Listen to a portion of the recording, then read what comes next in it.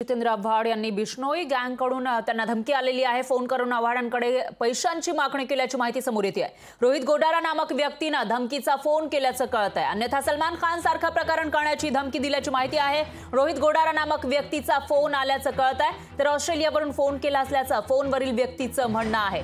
जितेंद्र आव्हाड राष्ट्रवादी शरदचंद्र पवार पक्षाचे नेते यांनाही आता बिश्नोई गँगकडून धमकी आल्याची माहिती आहे। तर जर पैसे दिले नाही तर सलमान खान सारखं प्रकरण करू अशी धमकी दिल्याचं कळतं आणि त्याचबरोबर ज्या व्यक्तीने ही धमकी दिली त्याचं नाव रोहित गोडारा असल्याचं कळतं आणि त्याचबरोबर या व्यक्तीने ऑस्ट्रेलियामधून फोन करत असल्याचं सांगितल्याची माहिती सुद्धा समोर येते आहे। काही दिवसांपूर्वीच अभिनेता सलमान खानच्या घराबाहेर गोळीबार झाला होता आणि ते प्रकरण ताजं असतानाच आता जितेंद्र आव्हाड यांना धमकी आली आहे।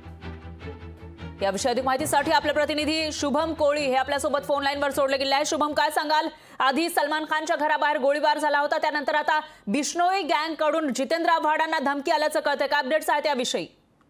निश्चितपणे पाहिलं तर गेल्या काही दिवसांपूर्वी जे आहेत आमदार जितेंद्र आव्हाड यांच्या घराच्या इथे जे आहे ते स्फोटक पदार्थ असल्याचा एक धमकीवर फोन आला होता, परंतु पोलिसांनी शहानिशा केल्यानंतर त्या ठिकाणी जे आहे ते कोणताही स्फोटक पदार्थ आढळून जो आहे तो आला नव्हता आणि ही घटना ताजी असताना आता थेट आमदार जितेंद्र आव्हाड यांना जे आहे ते एक धमकीवर फोन आलेला आहे।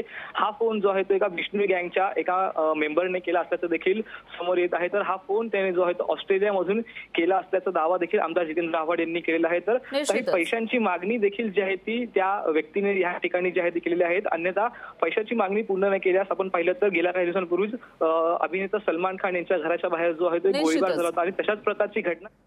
अगदी बरोबर आहे शुभम, धन्यवाद तुम्ही दिलेल्या या सविस्तर माहितीसाठी। या प्रकरणाचे अपडेट आपण तुमच्याकडून घेत राहूया।